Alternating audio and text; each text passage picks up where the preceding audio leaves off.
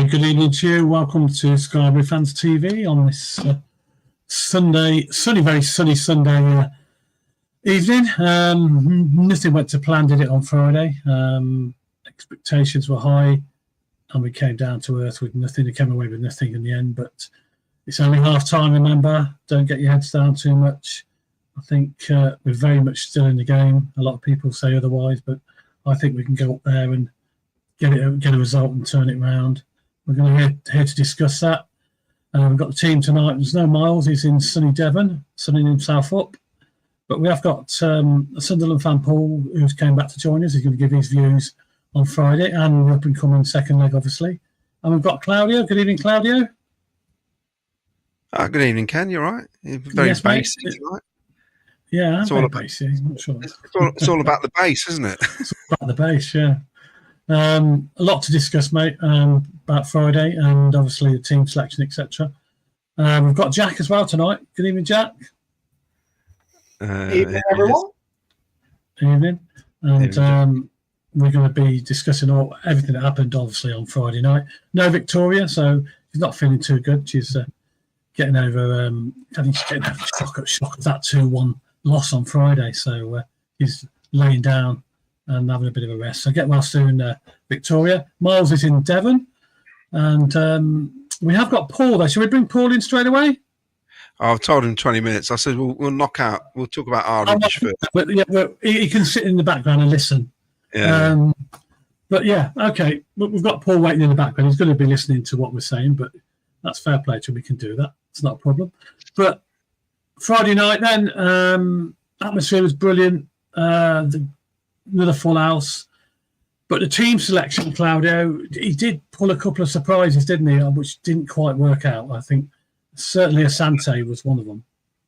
Well, no, I kind of thought De Silva would be in there. And I did say on Thursday that if Asante comes in, he might end up playing on the left, which is what Mark Robbins did and stuck him out of position. But to be honest, I've now realised it doesn't matter who you play at centre forward in our team. It seems like a pointless position because I'm not actually sure what their role is. I really don't know what the role is because I presume it's to battle with defenders and keep them occupied. But you need more than that, don't you? And he didn't look like a threat at all on Friday night. I have to keep saying Friday. And it's not helped because it's not help because the guy on the left really had a shocking game. I thought, as you're right. And we can call it what it is. We can't just keep defending players all the time because they're playing in sky blue. But when they've played poorly or well below par, I think we were allowed to say, aren't we? And I thought he was poor. He couldn't even stand up. He was like Bambi on ice, wasn't he, at times? And it was in a game where you wanted him to step up. And we've said this for a while now. He scored the 3 goals against Sunderland. And we said at the time, we need him to turn up at the next game. He didn't. Or we need him to turn up at the next game. He doesn't. He just doesn't turn up. Basically, one game every 5 or 6, if we're lucky. So I wasn't impressed with him at all. Midfield-wise, we've got a problem because Matt Grimes loves to get the ball off the defenders because we've got 2 defenders incapable of passing the ball to our own players. I've never seen Bobby Thomas lose the ball so many times in possession. I rewatched the whole game and it's farcical. The amount of easy passes we let go loose. It's not good enough. And you got, I'm not saying it's not good enough. We're in the top 6, well, finished 5th, you know. But you watch it and you wonder how when you're watching that at times. But what happens is Matt Grimes, he drops far too deep and then you've got a massive hole in midfield. And basically, it allowed Sunderland to occupy that midfield. And I don't know what you guys thought. I just thought we passed it around beautifully. It looked lovely. No penetration whatsoever. And we played into their hands big time, I thought.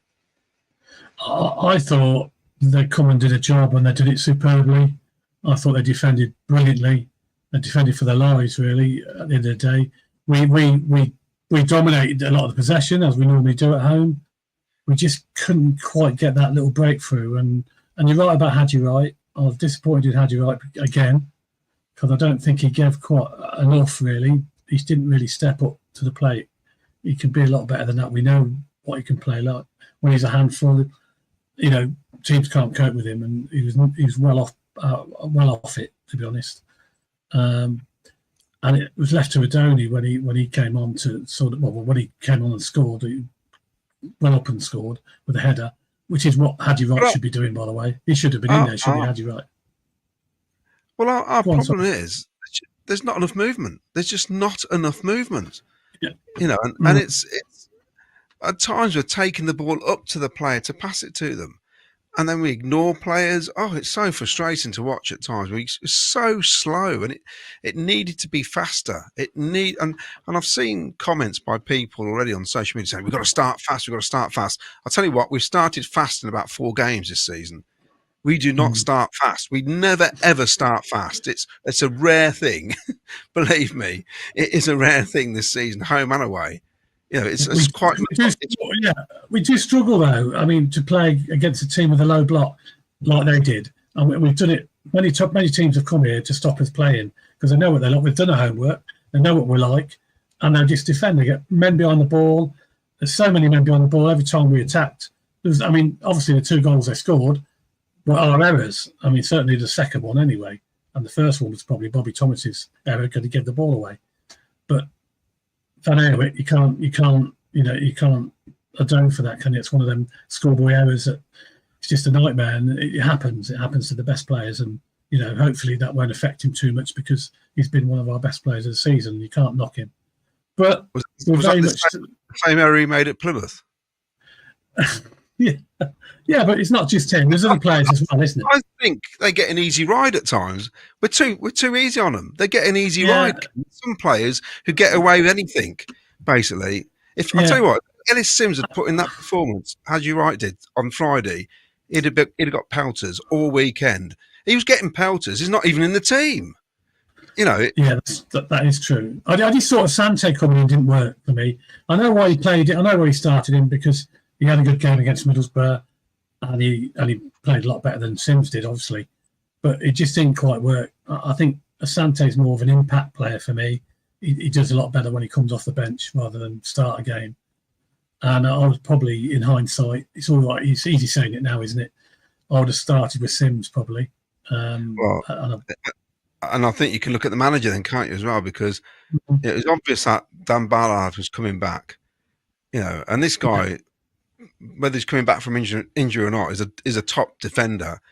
He was going to have no trouble with Asante, basically. And I just think, I don't know, we didn't do our homework at all there. I thought we just played into their hands.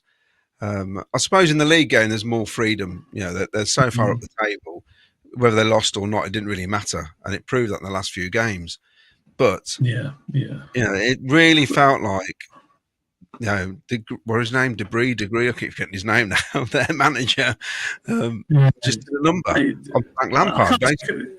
Yeah, and they did well. They defended well. Can't take anything away from them. But I say, it just can't help feeling we've gifted them the game, really, because we did. At the end of the day, we've gifted them it, and it's just made it harder for us. But Jack, what do you think about the selection to start with? Was he right to put Asante in, or? I mean, he was and he wasn't. He was right in the fact that Sims has done nothing for a while. And like I said in the last show, he'd scored 1 goal at home since Leeds on April the 6th last year. That was against Luton Town under Mark Robbins.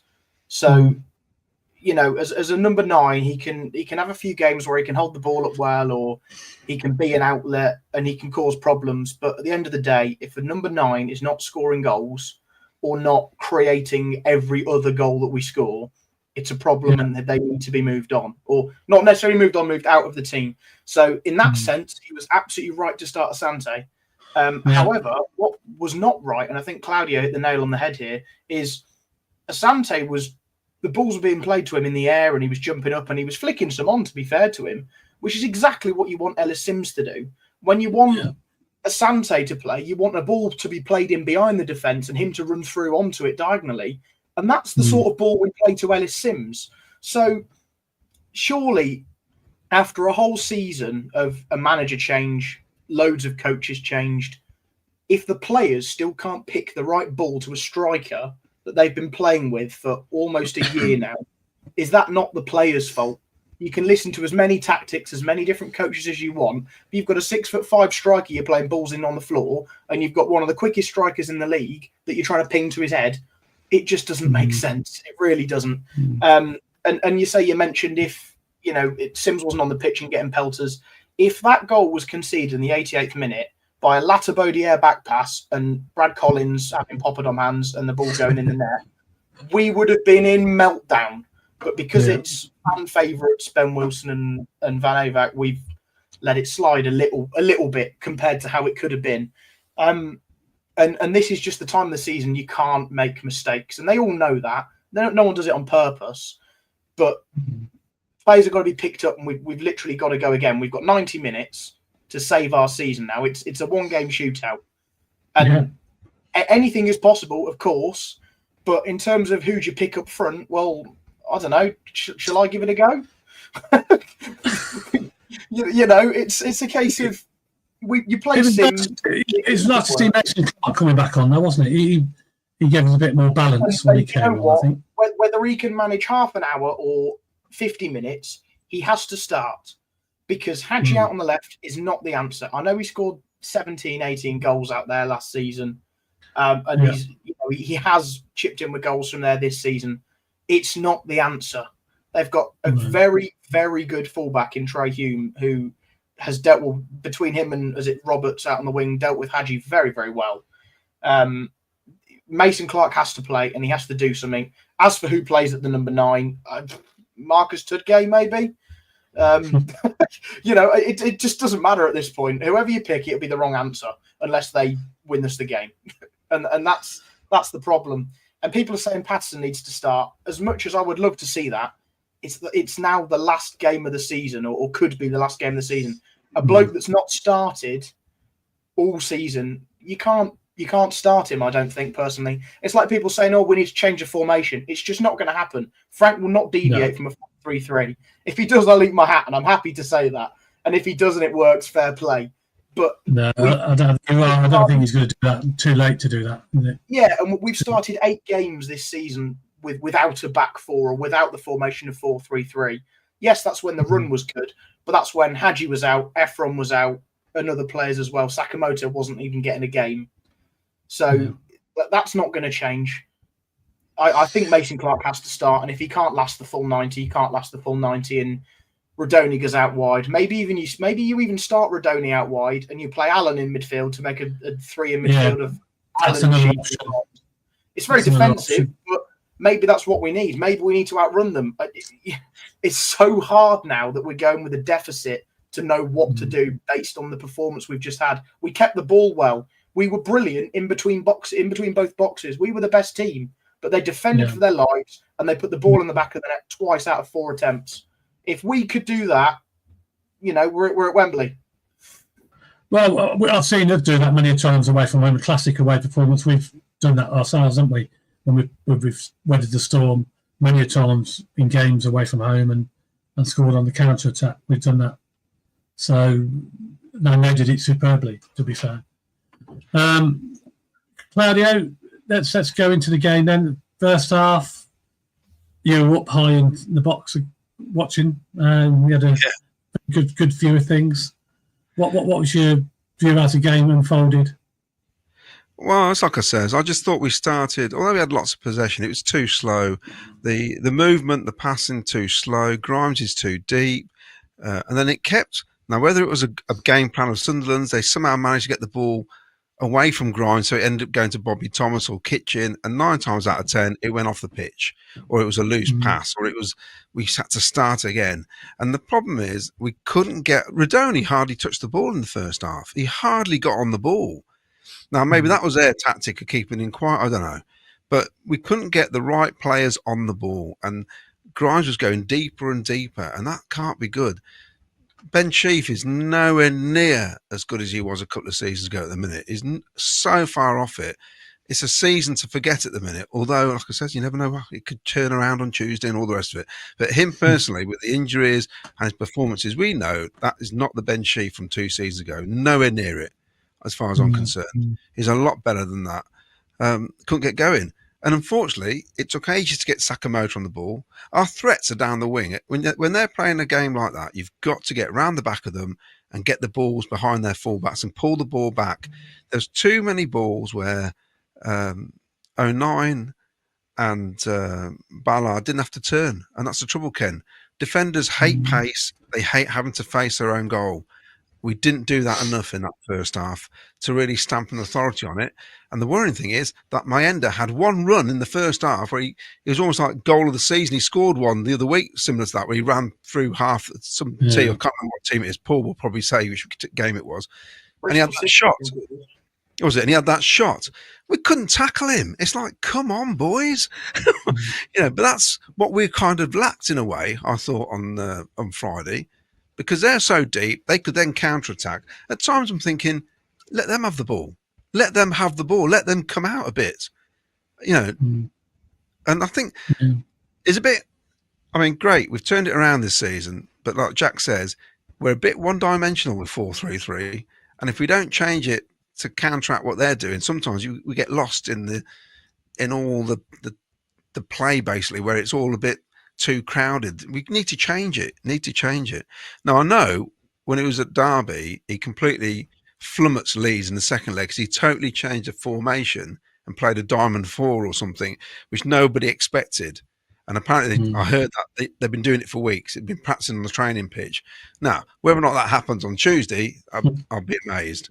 But then again, they had Abraham, Timore, Mason Mount, Harry Wilson. That's a hell of a 4 players to have in your team on loan, isn't it, basically? Yeah. I'm sorry, in our squad, we've got none of those, and that's the difference. No. And they still lost to Villa in the final. But anyway, I just thought it was too slow, Ken, too slow. And the thing is, we were hoping it was going to be a bit like Middlesbrough, didn't we? Where the crowd was there, get behind the team. It was buzzing, the atmosphere. And we needed to score that first goal, didn't we? We need to get our noses in front, and then hopefully that meant they had to come out a bit, but we didn't get it. And that's the frustration. That first half we kind of went in and went, oh, all right. It was like, wasn't it? Yeah, it wasn't too bad. Hopefully we'll get a goal in the second half.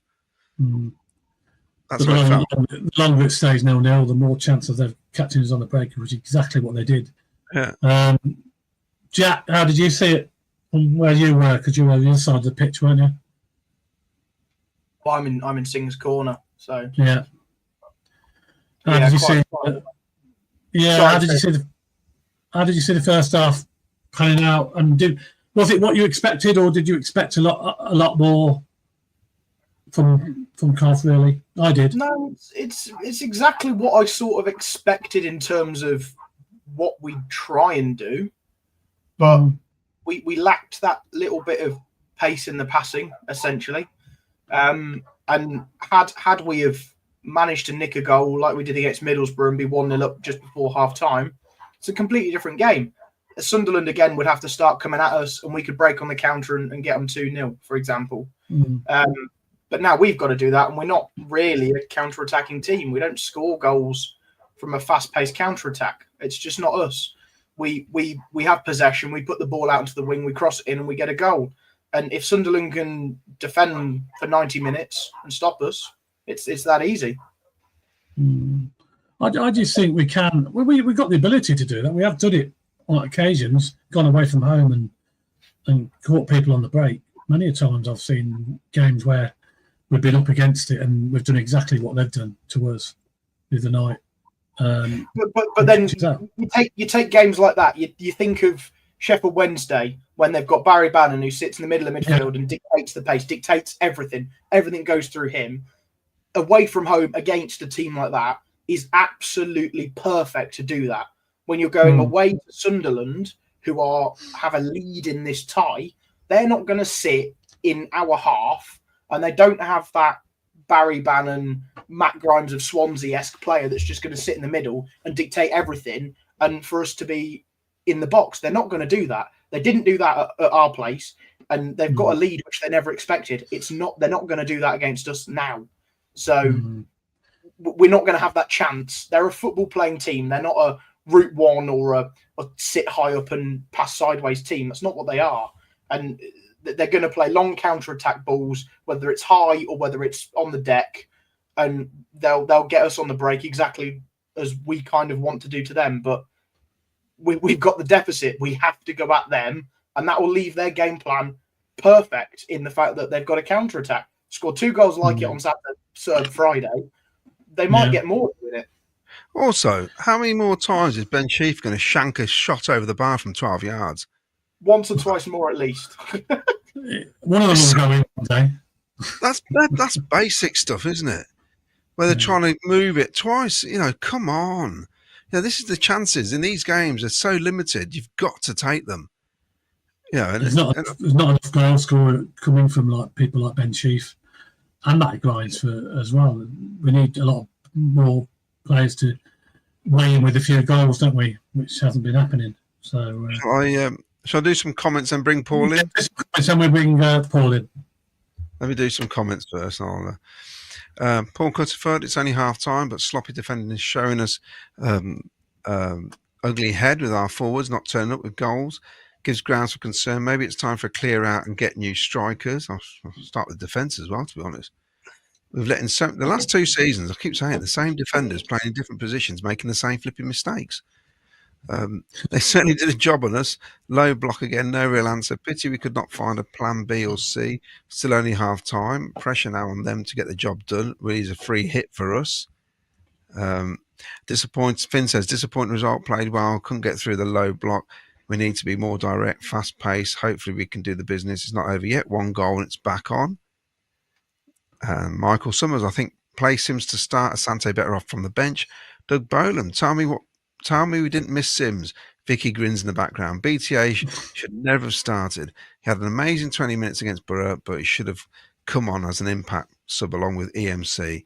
Finn, hi Paul. Yeah, agree. We need to up the gear. Never a good idea to pass back under pressure. Just put it in row Z.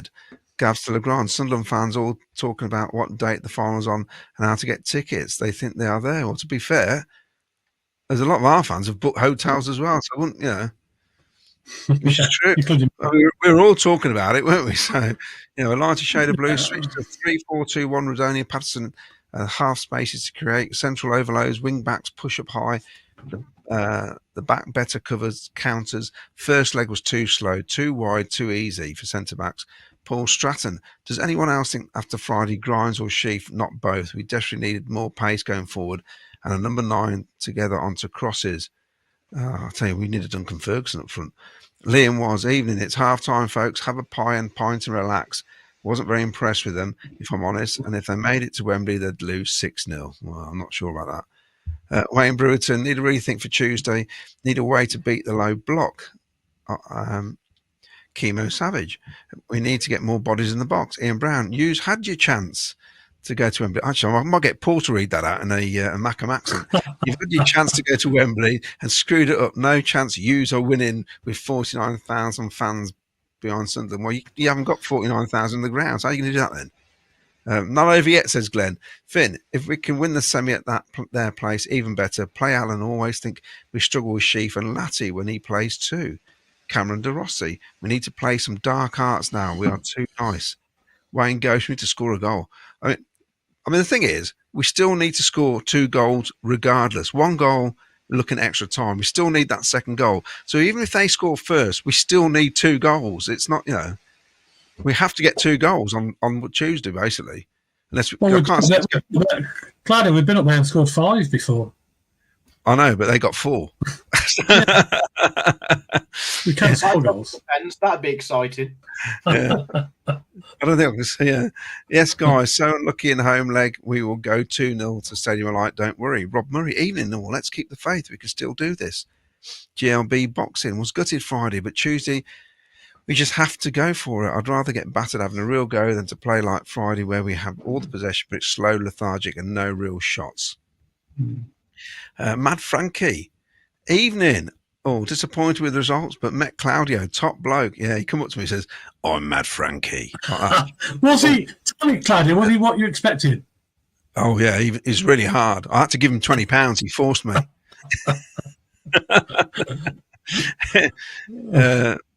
Finn saying that to Ian Brown, you lost to QPR, but they've lost the last 3 home games, to be honest, which worries me because you're thinking that they're surely not going to lose a 4th one. Mark Rainbow, massively disappointing end to the game. We've made a tough job harder. It's still doable, but so tough. To be honest, I'd have taken the 1-1.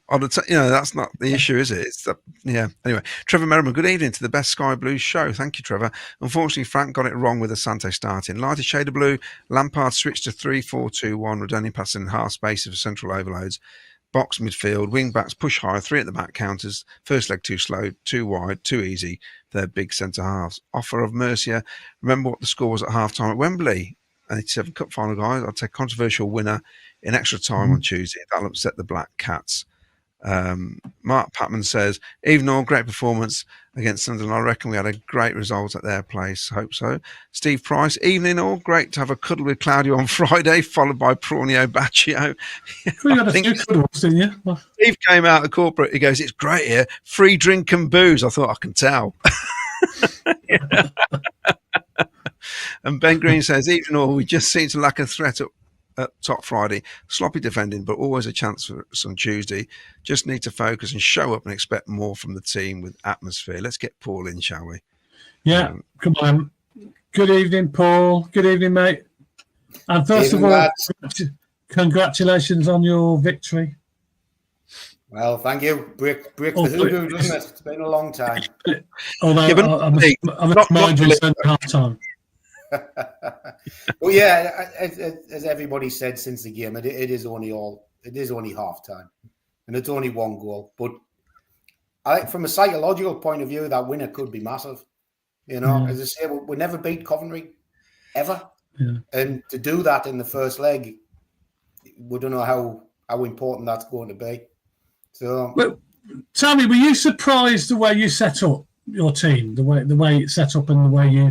Every support, not in the fact that we sat back and tried to counter, was more the fact that we played 4-4-2. And it was interesting what Claudio was saying about Lampard when he was at Derby, kind of playing one system all season and then changing to a different system for the second leg game at Leeds. I remember watching that and thinking, blimey, this is unbelievable. And we did the same. You can count on one hand the amount of times Sunderland have played 4-4-2 this season. And when the team was announced, everyone in the bar was just looking at each other thinking, well, what, this could be a fantastic thing, or it could go the other way. Now, as it was, I think I said on Thursday night, the pace of Isidore could be vital, and Dan Ballard coming back could be vital. And I mean, that's the way it panned out. Ballard was comfortably man of the match for me. Although I thought Bellingham had a really good game in midfield as well, a lot like trying to keep up with Radoni. So it was a surprise. Not that we defended deep, but more kind of the setup of the team.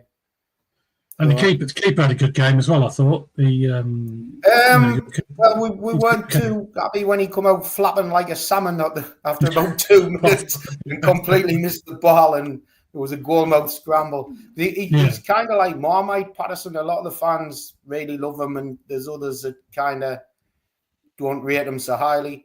I mean, his distribution is poor, for starters, but to me, he's one of the best shot stoppers in the division, right up there with Cooper and Trafford. So once he improves, behind everything.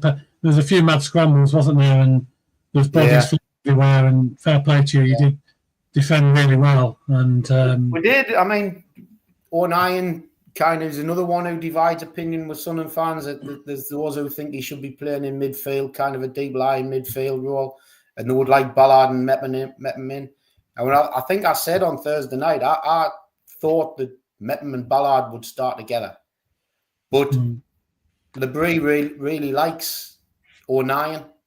He likes bringing the ball out from the defence because he's one of the best passers we have in the team.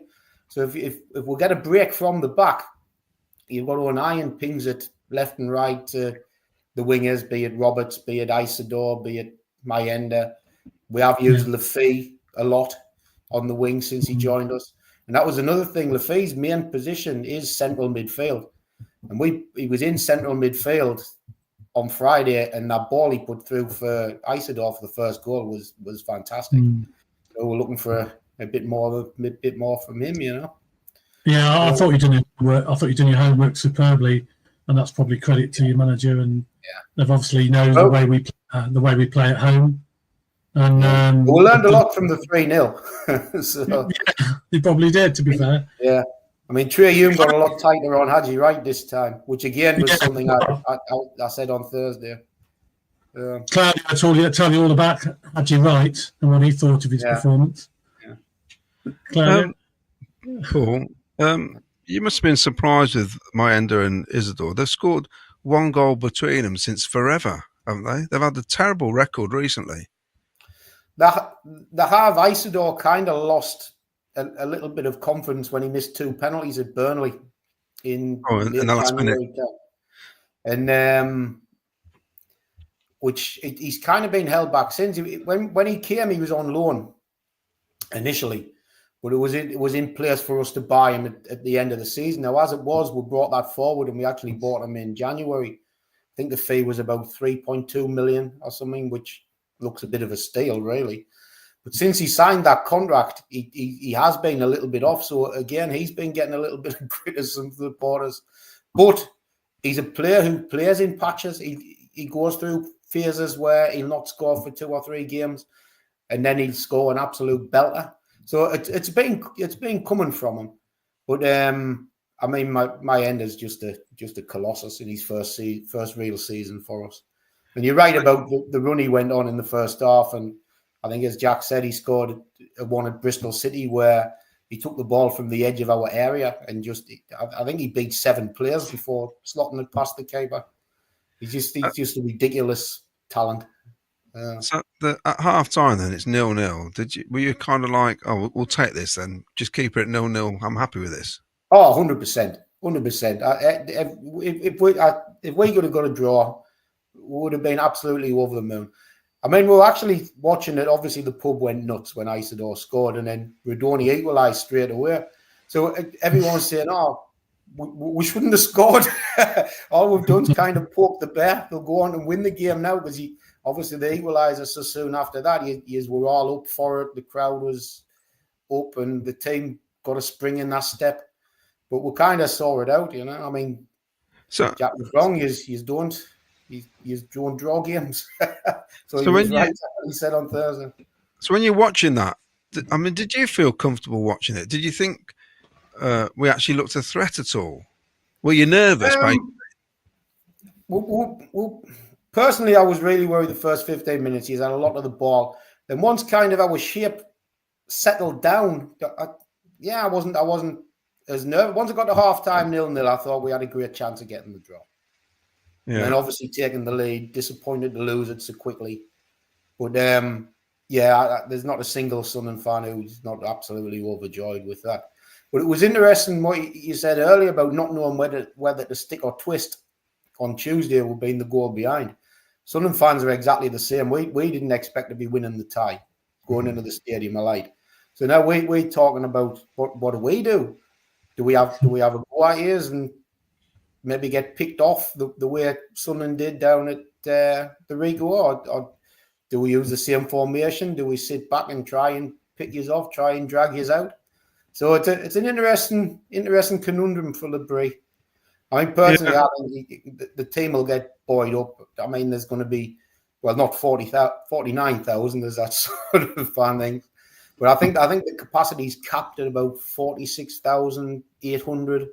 Or something like that, and it is a sellout. It's just sold out today. The last few tickets have gone. So, it should be very raucous to say the least. So, I mean, you would have thought the fans are not going to be happy if we start sitting back.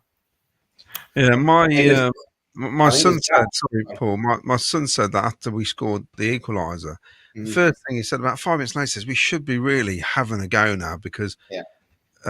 But it didn't really. I don't think it really happened. And fair play to you guys. You just didn't panic. I don't think you just kept it the same because at the end of the day, you got caught cold straight after the goal. And like I say, if you hadn't scored, it'd probably still been 0-0. I mean, you may have not even won the game. To be honest, it might have just petered out to 0-0 because in the end, I would say we kind of gifted you 2 goals because the first one we got one defender stepping up, the other one stepping back, and not then going and completely. When you look at it, he just didn't even really chase back, and he's still looking at the linesman when the guy's scoring. And then obviously the second goal. Well, it was a back pass under no pressure whatsoever. Really, it was the back pass, and I mean the way Wilson was kind of out of his goal, ready to receive the back pass as well. I think, and I mean one of the weaknesses of Mayenda is that he's not great on one-on-ones. If the keeper's in the box or on his line and he's going through, he's missed a few this season where he's been one-on-one with the keeper, and Wilson charging out the goal made it easy for him. Made it easy, yeah. Around him and slotted it in. Well, Ben's a Sunderland fan, so he might be at Wembley anyway. No, I think he got caught, didn't he? Because he obviously thought it was going to be a long back pass, and it didn't reach him. And daft as it is, he might have been better off trotting back into his goal. Yeah, I think he would have been. You're right. It just makes it harder because if the player sees the goalkeeper coming out, he knows he can't handle the ball, or he's got to bring him down, and he just takes it round him. If he was in his box, he either brings him down and gets sent off, or he. No man around. So have you got any? Did I just go off screen then? That's weird. I don't know what's going on here. So looking at the game ahead, then, have you got any injury problems from the other night? Because a lot of your players seem to be really hurt badly in the last 15 minutes. I noticed. Modern footballers are not as robust as they used to be. I blame the boots. No, there's no rumours of injuries. I mean, again, I think if there had been, I'm not sure what the club would have said, to be honest with you. But no. And that's like I said the other night, I mean, they barely put a tackle in for 5 or 6 weeks. So they shouldn't have any mild niggles or knocks. But yeah, we'll have Mundell coming back on Tuesday, which is a big plus again. He'll start on the bench. I'll be amazed if he starts. But him and young Tommy Watson are good subs to come on if it has to be. Fast legs late in the game could make the difference. But no, I don't think there were any injuries. Would you expect it to be unchanged then, or would he change the formation? Do you think this time at home? If he makes any changes at all, I think it'll be to drop one of the two up front and Chris Regal come in. That's if he makes any changes at all. My good feeling is that he'll start with the same starting 11. I think it'll be the same starting 11. I think we'll retain it. Well, that would be the only change I would think of is if he brought Chris Rigg in and dropped either Wilson Isidore or Mayenda. But because the both scored the other night, the confidence is going to be sky high, so I don't see it. Yeah. Jack, you want to ask? Do you want to say something? Well, you've asked all the questions. I think I'd expect you to line up in the exact same way. If you come at us, we'll play through you. I'm confident of that because any team that comes and tries to play through us, we tend to be better and we play back better. Maybe with the exception of Leeds and Burnley, but they are an exception to the rule. I expect you to put 10 men behind the ball and we'll struggle, to be honest. If we score in the first half, I think you should worry. But if you can keep us out of your goal in the first half, you should be quietly confident. I think we'll struggle. The later the game goes on, we'll struggle. I know we love a 98th minute winner at the moment. Recently, home and away, to be fair, but that worried us the other night when it was 1-1 at about 85 minutes. Yeah, but again, having scored second at home, it should be on us. The momentum's back in us. Yeah. We should be coming at you, and again, it was just a cock up. But I think if you defend, you'll make it. If you try and play at us, I think we might get the better of you. But I'm hopeful. But given the fact that we haven't really got a striker to put the ball in the back of the net at the moment that's in form, I do worry a little bit. I think the crowd will probably dictate that we'll come at you at least early on before the game will settle. So we'll see. I mean, I was laughing earlier when you were reading through the comments about Sunderland fans being massively confident and already preparing with our Wembley tickets and whatnot. I've had my hotel booked since January. But, I mean, that's you kind of have to. You know, you look at the league. You got a good rate You then, got Paul. Leeds up there, you had Sheffield United up there, and hotels are, you know, pricey when it comes down to it, especially closer to the event. So it's expensive. I know. I mean, personally, most of the people I go to the match with, we've had them booked since January. For obviously free cancellation if needed. But I don't have my train tickets booked yet. I'm not that confident. Are you worried about any of our players in particular, other than maybe Radoni? I've always liked Sakamoto, to be honest. I think I've said this before when I've been on your show. When you won 3-0, was it last season or the season before? He was the standout player. I think he got the first goal that day, and he just ran the game. And he's a player I've always liked for years. And I mean, Radoni, it's no secret Sunderland were looking to get him before he went to Coventry, so we'll definitely missed out there. Bobby Thomas has always looked good to me, although it's interesting you saying he didn't think he was the best the other night. So yeah, there's a few. Yeah, the trouble we got, Paul, we've got too many players who they just do those silly mistakes, and at times they do it all on the same game. It's so frustrating. It's like it's almost infectious, you know. And I just think we looked a lot nervier than we did against Middlesbrough in that game. I think maybe because against Middlesbrough, a lot of things had to go wrong for us not to get into the playoffs itself. Yeah.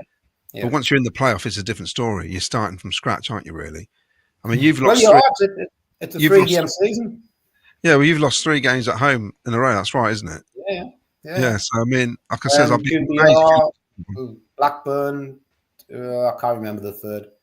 I mean, in all the games we've had chances, but we probably didn't deserve to win any of them, to be honest. Like I say, we've barely put tackles in for the last few weeks. We've mixed and matched. We've had youngsters in. We've tried different stuff. Players playing in different positions to what they normally would. So yeah, there has been kind of mitigating circumstances behind it. But, to lose 3 in a row at home, but 3 in a row without scoring as well, I think is an anomaly. So knowing the history of your club, are you expecting to cut this up? No, I'm going with the same prediction I gave on Thursday night, a 1-1 draw. I just think it'll be tight. I think it'll be tight all the way. And again, it wouldn't surprise me to see us scoring first and you coming back in the second half as we sit back. But as I said right at the top when I come on, you can't underestimate the importance of that winner in terms of confidence and in terms of ending the jinx of Coventry City, both in the minds of the supporters, probably less so the players, but certainly amongst the supporters. I mean, I would say as a fan base, there's still probably glass half empty, the majority of our fans. But it's that win. We got the win. The first time since 2007. First time down at Coventry since 85. You used to wear leg warmers then, didn't you, watching Fame? I remember rightly, it was about April time. It was quite warm. It was a nice mild day. Long time ago, the mind plays tricks. So. Right, okay. So you're going for 1-1 then, Paul? Yeah. Yeah, that's I think it'll be tight. I certainly don't see a lot of goals. I certainly don't see a 5-4. But 1-1 will be my thoughts. Okay, Claudia, what was your prediction then for? I'm going to be positive. That's what's the point of me going, basically. Yeah. So. But I think it could be a very, very long night. That's what I'm saying. I still think we could nick a 1-0 and go all the way through, and it ends up in penalties. It would not surprise me because in all the games, I mean, I know we had the 3-0, but even the game up there was backwards and forwards, wasn't it? Yeah. So I can just see us maybe sneaking it, not just doing what we've done in other games away from home, but then it might go all the way to pens. I just can't see us winning 2-0 for some reason. I can see us maybe 1-0. I can't see us scoring 2 goals. I can't see Sunderland letting us score 2 goals up there. Is more the point. So that's why I think 1-0 and maybe extra time, and then who knows. So 1-0 after 90 minutes. I'll leave it there. I hope it doesn't go to penalties. I think we've missed our last 4. I hope we're not. Well, we've won some. Well, we've got some penalty kickers missing out, especially Torp. Anyway, 1-0. 1-0. I'll go for it after 90 minutes. Yeah. Okay, Jack. I was just going to ask before my prediction: would you back yourself if it got to penalties? Are you talking to me there, Jack? Yeah. I don't know. Like I say, Isidore missed 2 in the space of 5 minutes at Burnley. Luke O'Nien missed 1 a few weeks back, which was one of the worst penalties I've seen in a long time. But you look at it, we should have decent penalty takers. I mean, you would fancy Mayenda to put his foot through the ball. You would fancy Bellingham to do one. Dan Neal's took them before. I mean, Trey Hume's got a rocket shot. It's just they're just a lottery. You really don't know. You really don't know. I would like to think we've been practicing them, especially with missing a few lately. So I mean, that would be the one to do.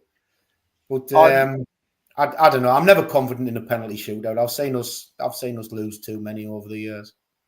I'm going to agree with Claudio. I think Cov win 1-0, but we lose it on penalties.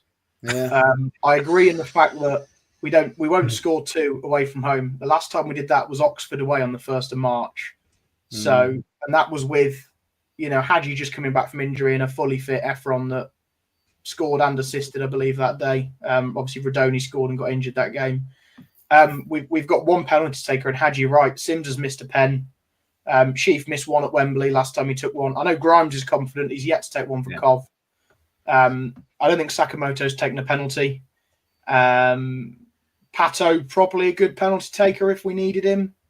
I don't know about Asante. Bassett's probably not going to be on the bench. I don't fancy us on penalties. So 1-0 and loss on penalties, and we get home at 5 o'clock in the morning. I mean, the flip side of Sunderland missing penalties lately is that Patterson's actually a decent penalty saver.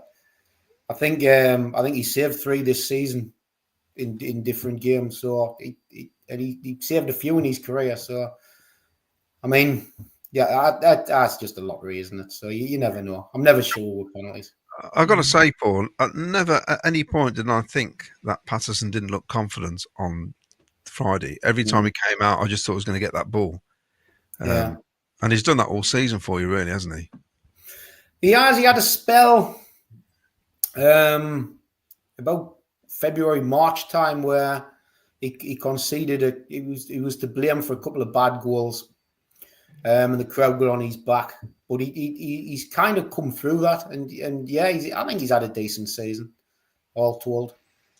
There's a few clubs sniffing around him. I mean, you don't get Premier League clubs sniffing around you if you're no good, I guess. So they probably know better than most supporters, even though we watch them every week. I think then I'm going to go for. What's that? Sorry, Ken. I'm just going to give you my prediction before we get on. I'm going to go for what anybody don't expect. I'm going to go for a 2-0 win for the Sky Blues. Yeah, I think we can do it. I think we can turn it around. We're going to have to. They're full of confidence, and I think we can do it. I think if we score the first goal, it might put them under a bit of pressure. They might have to come out a little bit then because the time's level, and then we'll snatch a goal near the end. So, we have a strong bench to change it if things go wrong. I've mentioned Mundell and Watson and Harrison Jones will be on the bench. If it's the same name, Chris Rigg will be on the bench. Mepham will be on the bench if we need to bring an extra defender on. So our bench is pretty strong. We'll be happy with the bench. So we have players who can come on and make a big difference. So, I mean, it's just the doubt. It should be interesting. It's going to be fantastic atmosphere up there. I think that's a thing. Same for both teams. Neither of us know whether to stick or twist, whether to go for it or whether to sit back initially or it's an interesting one, really interesting. So. Wow. Yeah, and if the players can't get up for this one, then they shouldn't be playing in the game. Oh, 100%. I mean, I said that on Thursday. It was mentioned. I think Miles said, "Are you looking forward to the playoffs?" And I think if you can't look forward to these games, and you shouldn't be a fan, really. These are the games that matter. You know, it's a 3-game season. It's like a mini cup, isn't it? So you build towards it. Yeah. All right, I think. Any more questions, Ken? Yes, you got a few more comments. You got some comments to look at, Claudia. Yeah. All right. I don't know if you want to let Paul go. You still there? I'm here. Yeah. Yeah. Okay, then, Paul. Well, look, we wish you the best of luck, and thanks again for coming on, giving your views. No worries. Appreciated. Safe travels up to the guys. And best of luck, obviously, for Tuesday. Yeah. Hopefully, the result will go our way this time. So, we'll see. Time will tell. Would you? I said on Thursday, Sunderland's record in playoff semi-finals is pretty good. We do tend to get through the semis, and it's the finals where we're come unstuck. So, having got the lead from the first leg, I'm not massively confident, but I think we'll get through. Hook or by crook. Yeah, I still think we'll be playing each other next season, though. Well, we don't know. We've actually give Sheffield United 2 excellent games this season. We beat them up here and lost 1-0 at Bramall Lane in a game that we should have won. We battered them and they stole it late on. Another game in which we missed a penalty, by the way. Patrick Roberts would have put us 1-0 up. I don't think the players would have much fear facing Sheffield United. We've been the better team over the 2 games by far. So we'll probably fear Bristol City a little bit more, although even then it took them, we played them recently over 83 minutes with 10 men and they only beat us 2-1, rather fortunately. So you don't know. If I get the finals and another one in it, you just don't know. Yeah. All we want a good game, and you don't want any daftness from the fans, and you don't want any daft refereeing decisions that cost the tie. That's the key. You want it to be one on the pitch. There's been some howlers this weekend. The Leighton Orient, where he's 4 or 5 yards offside. That was a shocker. And even last night, the sending off where he made no contact with the player whatsoever, and the referee's a yard away, and he just gives him a straight red. Yeah. It's just unbelievable. He could have got 2 yellows in the incident afterwards because he smacked somebody in the face and pulled the guy's hair. So he probably should have got anyway in the end. But I just thought, how can you see that as a penalty, as a sending off when you're so close? Well, we've got Andy Madley in the middle on Tuesday. Now, Andy Madley's brother, Bobby Madley, has always done really well for Sunderland when he's refed us. So I hope we haven't got the wrong brother in charge. I can't remember Andy Madley doing anything bad with us. We lost against Luton. We lost a player after 13 minutes. It totally changes the game. You get a player sent off. Anything can happen. The same ref who sent off Trey Hume with Bristol City the week before after 7 minutes for Sunderland, and they were both exactly the same decision, both exactly the same situation. And there's a guy who sent off the Bristol City player as well the other night. Yeah, it was. I had the same guy. But he doesn't think about it. He just gets his card out straight away. There's no consultation, which is worrying, I think. Yeah. But anyway, we'll see. We'll let you go, Paul. And thanks very much. Well, the safe travels up, guys, and may the best team win on the night. Yeah. Thank you. Thanks very much. Cheers, Paul. Well, there you go. Paul is a very honest guy, isn't he, Paul? Just a normal fan. Yeah, it's good. It's good. To be honest, even if we'd have won 2-1 away, I'd still be nervous tomorrow night if it was at home, to be honest.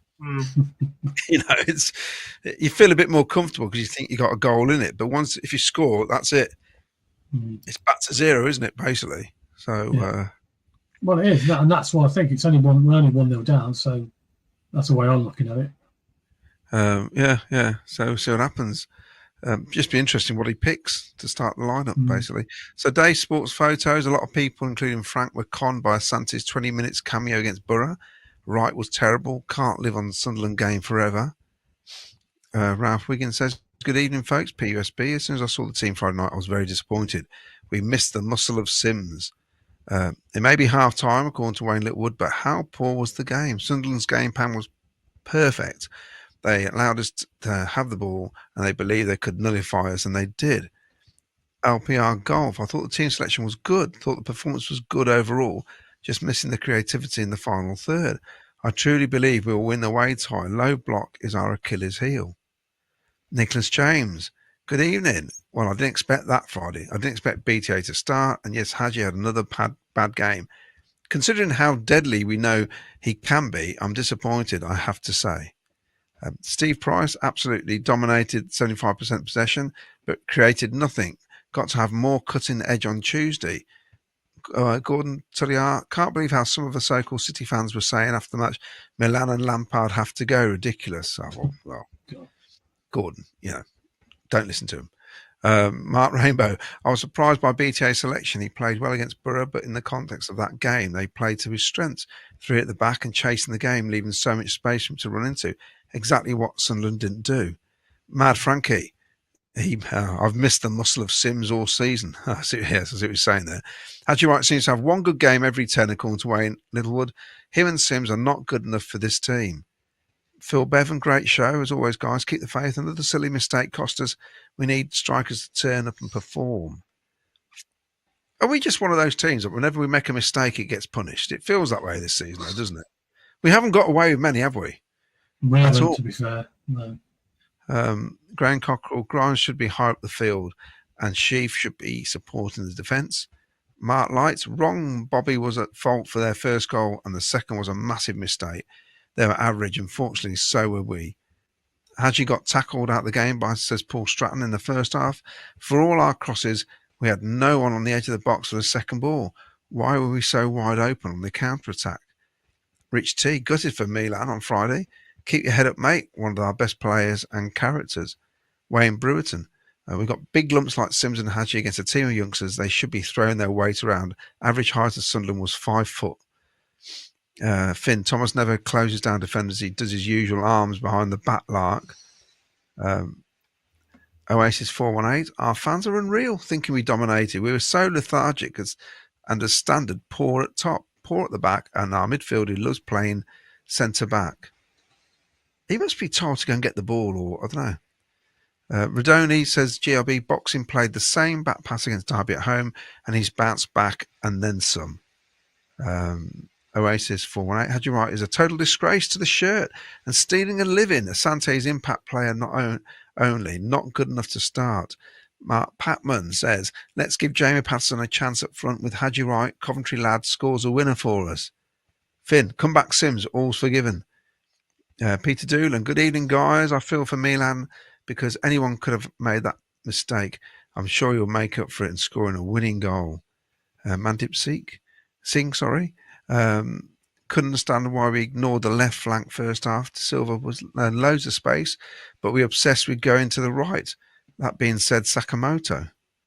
Mark Lights, question for Jack. What are the stats on how many goals from the strikers and how many scored by their other positions? I've actually just had a quick look at this. In the league only, I'm forgetting cups. Hadji 12, Sims 6, Asante 4, Bassett 2. That's 24 goals by our strikers, and we've scored 65 goals. So you do the math. That's 41 goals from other positions. Obviously, Radoni's got 10, unbelievable. Torp 6, and it feels like he's been out injured for forever. It's half the season, yet he's got 6 goals, which is fantastic. Efron 5, Bobby Thomas 5, Sakamoto 4, Eccles has got 3, again, hasn't played in ages. Van Avak 2, Grimes 1 plus an own goal, whoever you give that to. Bidders and Patterson's obviously got 1 as well. So goals from everywhere, just not enough from the strikers. Like they've scored 35 goals. That's a problem. Those stats should be the way around, shouldn't they? Really? Yeah, it should be 45 for the 4 strikers and 24 for the rest of the team. Yeah. Nicholas James felt absolutely heartbroken for Milan. And fair play to their man for reading and anticipating it. However, I still believe they are going to serve up something special and are going to do it. Dave Sports Photos, I get the feeling Hadji thought he'd be on the beach thinking about the next transfer by now. Wayne Littlewood says the crowd did everything they could to get behind the team and the team didn't respond at all. EMC really is top notch. Sakamoto was outstanding, says Mandeep Singh. Great dribble of the ball. Paul Stratton says maybe we do need to change the formation. This is one game we need to compete and dominate the midfield to have any chance. Lampard got selection wrong according to Wayne, but players are not playing to their teammates' strengths. West Sky Blue up top, right in the middle, Tats one side, Mason the other. I think that needs to happen on Tuesday. Chris Brook, you can put a centre back up front who might win a header. Binks for the number 9. Mark Rainbow, to Claudio's point about sacrificing the midfield, it probably isn't a coincidence that when we beat them in March, Torp was dominating midfield from the middle of the pitch. He gave us options wide and through the middle. It just felt like that Sheaf and Grimes were almost stood next to each other at times. Paul Stratton not calling out Ben Wilson, but why he came running out of his box. He made both their goals easier to score. I would certainly say with Ben Wilson, he's hardly played a game, has he? And this is, I think he probably should have done better with the first one because he got his hand to it, but he just went straight through his hand. Yeah, he made a save similar to that one against Middlesbrough, didn't he? But one angle, but he tipped it around the post against Middlesbrough. Wayne Litwood says the League One defence strikes again. A huge clear out is needed this summer and all over the pitch. Danny D, Mundell back, Elise back, Isidore and Mayenda, so much pace. It will be 5-3-2 and Cov have to take it to us. If Lampard plays the same way, we'll win by a country mile. Stuart Ray, all the way from Canada. Sakamoto was a threat until their fullback got booked. Then he went down there again. That's true, actually. Never took him on off that. Weird. And that's another thing I was surprised at, that the guy was on the yellow card and we never really got it. He never took him on and he should have pushed him on that. I don't think we didn't really manage the game well at all, did we? Basically. And we couldn't change it up, and that was the problem. And it was, to be honest, unless Milan makes that mistake, it was ending up being a draw, wasn't it? We could see that. Yeah. I didn't feel like we were going to score, and it didn't look like they were going to score because they weren't getting forward. And then we gifted them a goal. It's as simple as that, really. I'd like to show the blue. Derby played 4-2-3-1 all season, and Lampard changed formation for the first time in the second leg playoff. We could change now. Danny D, if you manage to get over the halfway line, you'll be in trouble. Wayne Ghost, that diamond forward to treat. Mark Rainbow, when Grimes drops deep, it allows the fullbacks to push forward. It was taking an age to get the ball to them, which rather defeated the object of them advance. And Mark, I don't know if you notice, the guys noticed this as well on the panel, the amount of times I've said it quite often this season where Bobby Thompson is on the ball and they look at Milan or they look at De Silva or Bidwell and they just don't pass it. They go short again. When you think just give him the ball out wide and then straight to Sakamoto, we're on the attack again. I mean, how many times do you see Bidwell doing that little pointy thing he does where he's on his way down the wing and then they go the other way? It's like, just pass the ball. It's not that hard, is it? Lee Lishman, evening all. We always flatter to deceive when we have a game we should win. I did feel we were overconfident before, lots of possession, no punch. Seen this game many times before. Finn reckons if we get an early goal, they'll have to come out of the low block, and then we can beat them. Stadium Light sold out now, 48,000. Let's see if Cog can bring it. Well, we did when we beat you 5-4. We did when you beat you 3-0. So, it can be done. No doubt about it.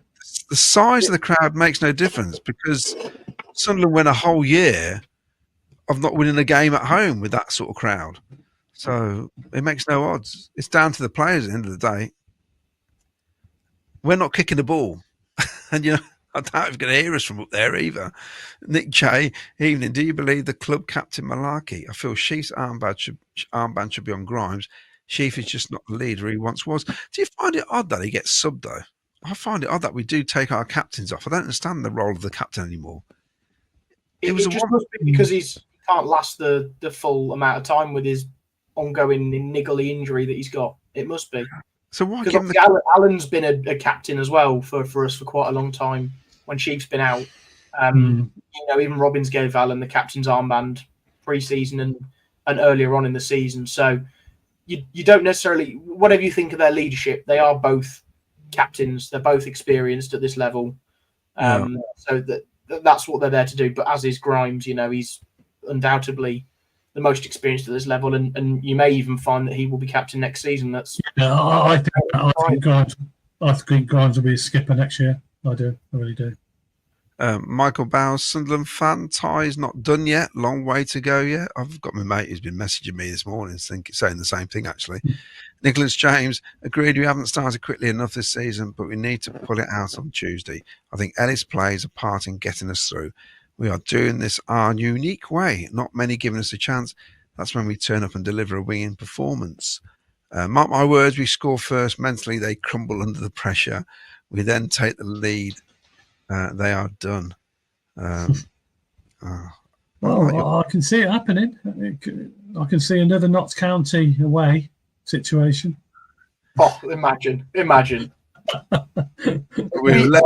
4-1 at the Stadium of Light would be unreal. I mean, it would be completely different because obviously at Notts County, we're right by the side of the pitch and the whole length. Yeah. Some of them were in the goals. And, we can't impact the atmosphere as much, can we? No. No, not at all. Ray Carolon, Seth Wednesday away was a classic away performance. Tuesday night, I think they'll go with Sims and Wright, Radoni, Sakamoto, Grimes, Sheaf, Mason Clark, De Silva, Kitchen, Thomas, Van Avik and Wilson. Robin Fletcher, Sheaf had a bad game. De Silva is awful, nowhere near good enough. Mark Rainbow, Sunderland are going to sit deep with 2 banks of 4, just like Jack has said. Great to pick us off on the break. They don't need to really leave their half unless we score. Ken's Dave Sports Photos. Ken, how about our strikers weighing in with a few goals? That would be nice, wouldn't it? That'd be nice, yeah. Yeah. Craig Robinson, nice. I totally agree with Jackson. We'll have the same game plan as they did at our place. All they have to do is stop us scoring, and they are in the final. Lighter shade of blue. Playing with wingers won't work. Sunderland have solid centre backs who are good at crosses and direct play. Need to work in half spaces instead. Phil Bevan, I can't understand how we got 2 big, strong strikers who scored loads of goals last season, but very poor this season. Danny D. Coventry fans thought it was done deal, and they're in the same mindset, delusional. Well, we'll see. We'll see, shall we? Mark Patman, I think Sakamoto should play up front with BTA. Our set pieces were awful too. Can't beat the first man. Why is Ben Sheaf taking free kicks outside the box? What's going on there as well? I don't understand it. Right footer compared to Grimes and Radoni. That's the only thing I could think of. And I could think of maybe putting Milan on it because it was sort of where the free kick was positioned. It was sort of in that right back region, wasn't it? And I sort of thought Milan is used to crossing. Maybe that's exactly what he'd do. But Sheaf's clearly the first in the pecking order of the right footers. That's the only thing I could think of. And in all honesty, all the deliveries, there was a lot of poor deliveries on Friday. It wasn't the best. And the other thing is the mystery of the Milan long throw. What is the point of it? Because nothing really comes of it, does it? Really? No, not yet. Not yet. I'd love to know, this maybe it's research for you, Jack, how many goals have been scored by that long throw? Because it doesn't feel like we scored any. I think it's 2. Victor Torp's header against Watford, the first goal in that win, 2-1. Yeah. And I'm sure there's another one. It's not in the top of my head. Preston Radoni scored. That was a cross. Or was that a long throw? That's no, it's not coming to me. No, that's the sort of thing that stick in my head. I think it's 2, but it's definitely 1, and that's only been in the last 3 months that we've done okay from long. Well, the long throws have been improved, Before they seemed to be sort of high and really slow. Now they've got a bit of pace behind them, and they've got the distance now. Before it was like a corner hitting the first man. It wasn't going far enough, and Milan can get it far enough. But is it the problem that the players aren't doing well enough in the box? Because it's the same from corners, Claudio. You can say we've only scored one header from a long throw, but how many goals do we score from corners? Nowhere near enough, given the fact we've got Bobby Thomas on 5 goals. Rodoni's a brilliant header of the ball. Kitchen's big. Yeah. In some ways, you need Rodoni in the box to head it, don't you? Not taking the corners. That'd be ideal. He's the best header in the club, I think, with the ball. Yeah. Uni says Steve Bellingham just covered a lot of ground, space that Rodoni usually enters. Not many people realise that, hence people think he was invisible. But they only had 20% of possession. Easy to score goals when they put them on a plate by our defender, says Ice Chips. Assassin United, 75% possession, 10 corners to 2. We battered them, and they got lucky. Our boys will win. I'm not sure about battered. Is that battered? Heard Shreve. Is that Shreve? Heard about our apparent new left back signing, Brow from Granada, folks. Where we have actually. If it's true. This guy here. Do you know much about it, Claudio? I mean, I don't know much about him. Obviously, I haven't seen him. Yeah, Jim Brown sent me that yesterday morning. So no, looks like his contract's finished at Granada, and it says on there he's going to sign in 30th of June. So it'll be interesting. We'll see. We've had this before. Then they've gone to Argentina or somewhere, haven't they? That's right. Yeah.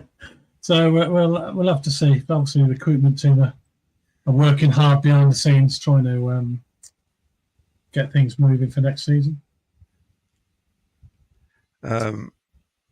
Steve Price. Paul is a fantastic guest, really knowledgeable and fair-minded. Everything he says is sensible and well considered. Yeah, we won't make the mistake of the Sheffield Wednesday supporter ever again. Trust me. Who's your mate, man, Claudia? Oh, he's an absolute lunatic. Gary Dillon. Sims is Sunday League at best. Asante is garbage. Norman is the future. But like other comments, I would give Jamie the nod. The thing is, and a friend of mine messaged me this. He says he reckons you got the Hadji little cameo spell against Sunderland. But apart from that, the other good performance up front was Bissett against Sheffield United at home. There hasn't been an out-and-out, really good, brilliant performance by a centre-forward this season.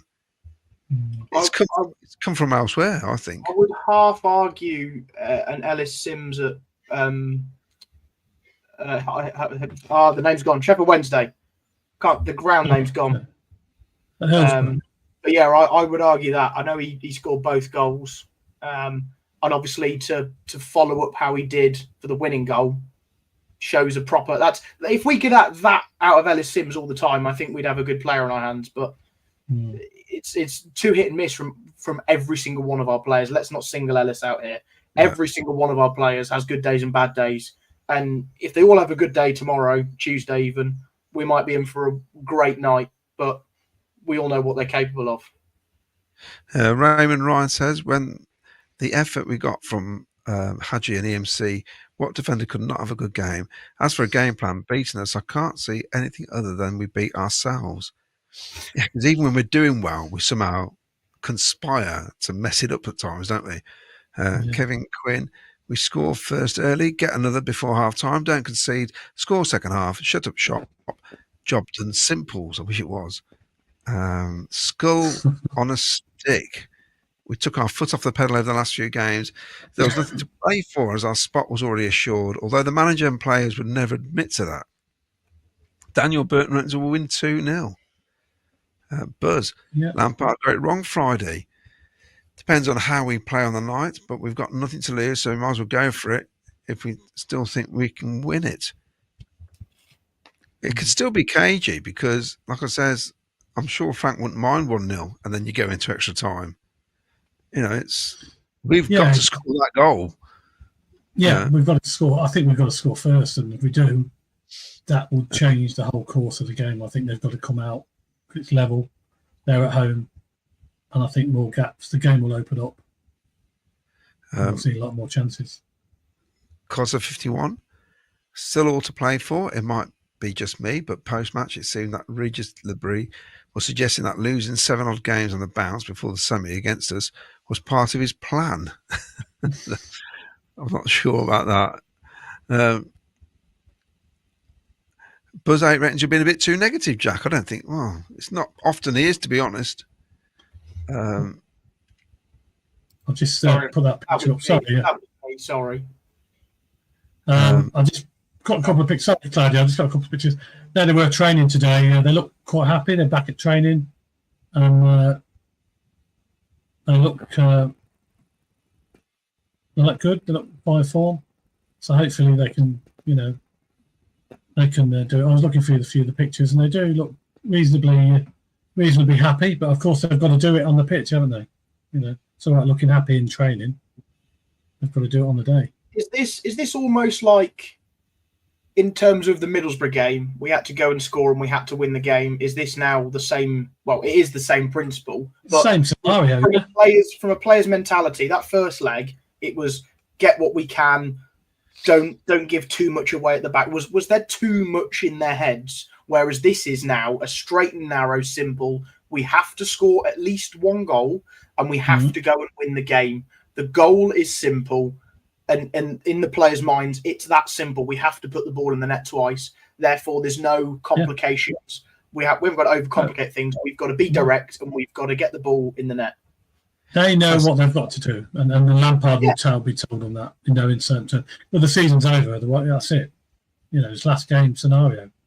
So Skull on a Stick says, "Believe we've never lost a playoff game at the Stadium of Light, either. So quietly confident, but it's been a season of overturning hoodoos. It's been like Sunderland winning at our place, we winning at Swansea after 75 years. We beat Preston after what seems an eternity. It's been a strange season for a lot of these results being overturned that never ever think they do. So you never know. A full Stadium of Light could work in our favour if we score an early goal. Mackham Cabby, evening Mackham Cabby. May the best team win on Tuesday night. It's far from over. Costa 51, Oliver Langford. I've been saying every time he referees a game, he gives himself absolutely zero thinking time before issuing a card. Dreadful referee. It's true. He just whacks it out, doesn't he? Yeah. Straight away. If Sunderland win, hope they beat the Blades, but I've got a feeling Tuesday night's going to be a good night, says Finn. Day Sports Photos. I agree that Grimes should be further up the pitch.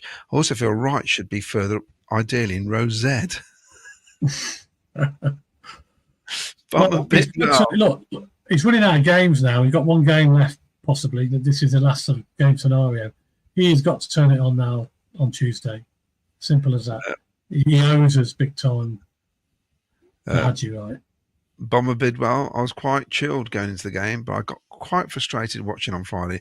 All week I heard from podcasts how they would set up against us, and they did as expected. Mark Lights, thanks Jack, proves my point, playing with no striker input. Mackham Cabby, you'll beat us on Tuesday. We are shite at home. Have lost the last 3 at home.